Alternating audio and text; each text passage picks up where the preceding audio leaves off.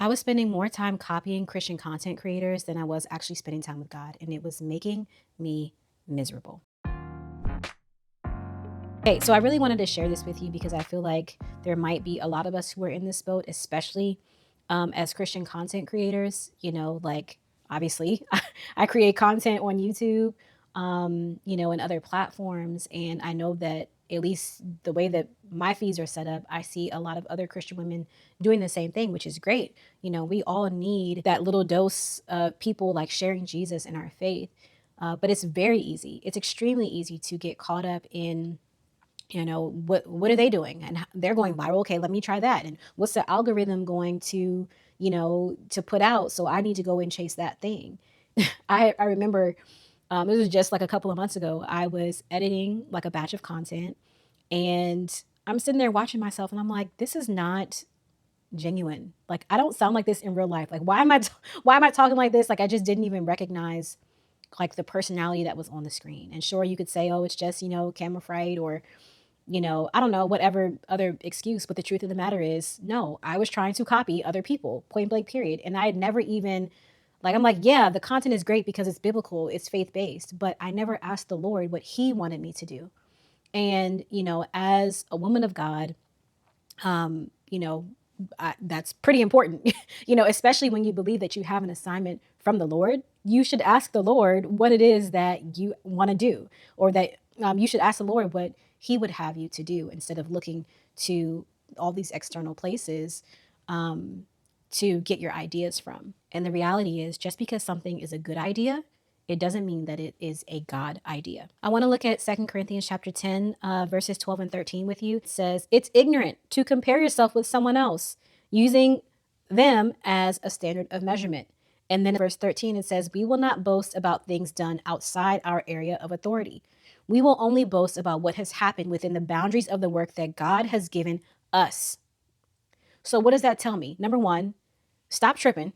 You're real ignorant when you look at someone else and you're comparing yourself to them.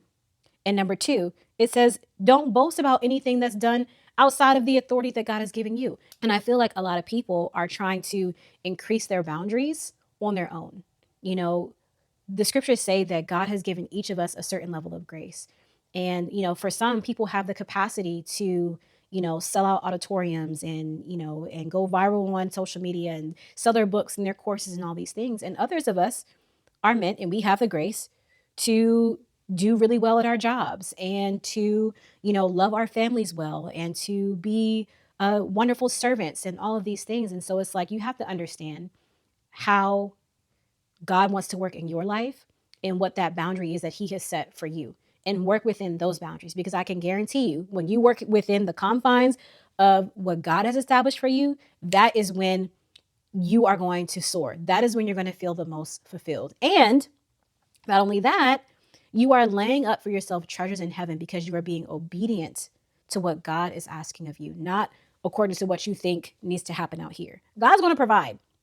That's what He does. He makes a way. So if you're concerned about money, or I gotta, get this thing, or make this much, don't worry about all that. Worry about, are you being obedient to what God is asking you to do? I heard someone say once that someone is waiting on you to be obedient to God. Like, what you do always affects someone else. Like, you saying yes to God in an area will directly affect someone else's life. So it is imperative. It's truly important that we are obedient to Him, because lives are in the balance. And sure, you could do all the things. You could formulate your videos, and make the titles and the thumbnails, and, track down the algorithm and go viral and all that stuff in your own strength. Sure. Why not? But guess what? It's not going to be able to sustain you. It really won't. It's not going to last, because you're doing it in your flesh. You're doing it in your own strength. And God can't bless anything that you are doing in your flesh. So I'm not saying, don't do YouTube. I'm not saying don't be a content creation girly, right? I'm saying you should evaluate what is your motive? What is your heart posture? What are you looking at? Who are you turning to when you're making this content? So anyway, I digress. I want to share with you one thing that I'm doing to really like change this habit. And it's simple. Like, you can totally do this too. And it's literally just to ask God. Is not too much outside of that. Like, take some time to ask God and, to show you, okay, where is it that I am like not trusting you, where I'm focused more on someone else or something else than you.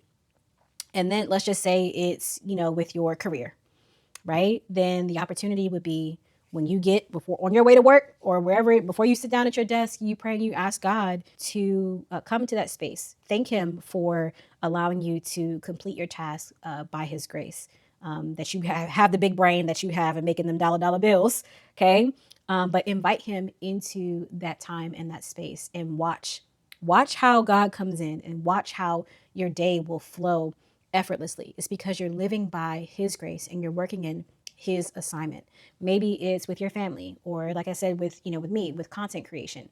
Sit down and invite the Lord into that space. And this is the prayer that I'm praying over myself. It's Psalm 86, verse 11. It says, "Teach me your ways, O Lord, that I may live according to your truth. Grant me purity of heart so that I can honor you." And honestly, when I pray this and I invite God into my space and all these things, it'd be silent. It is silent sometimes. And, there are other times where it's a word or a phrase from Him. Sometimes it's an image. Sometimes I get this whole, download from Him. But it's mine and it's from God. And that's better than anything that I could ever copy. So if this resonated with you, let me know. Always love connecting with y'all in the chat. Don't forget that hiding is overrated, and I will see you next time.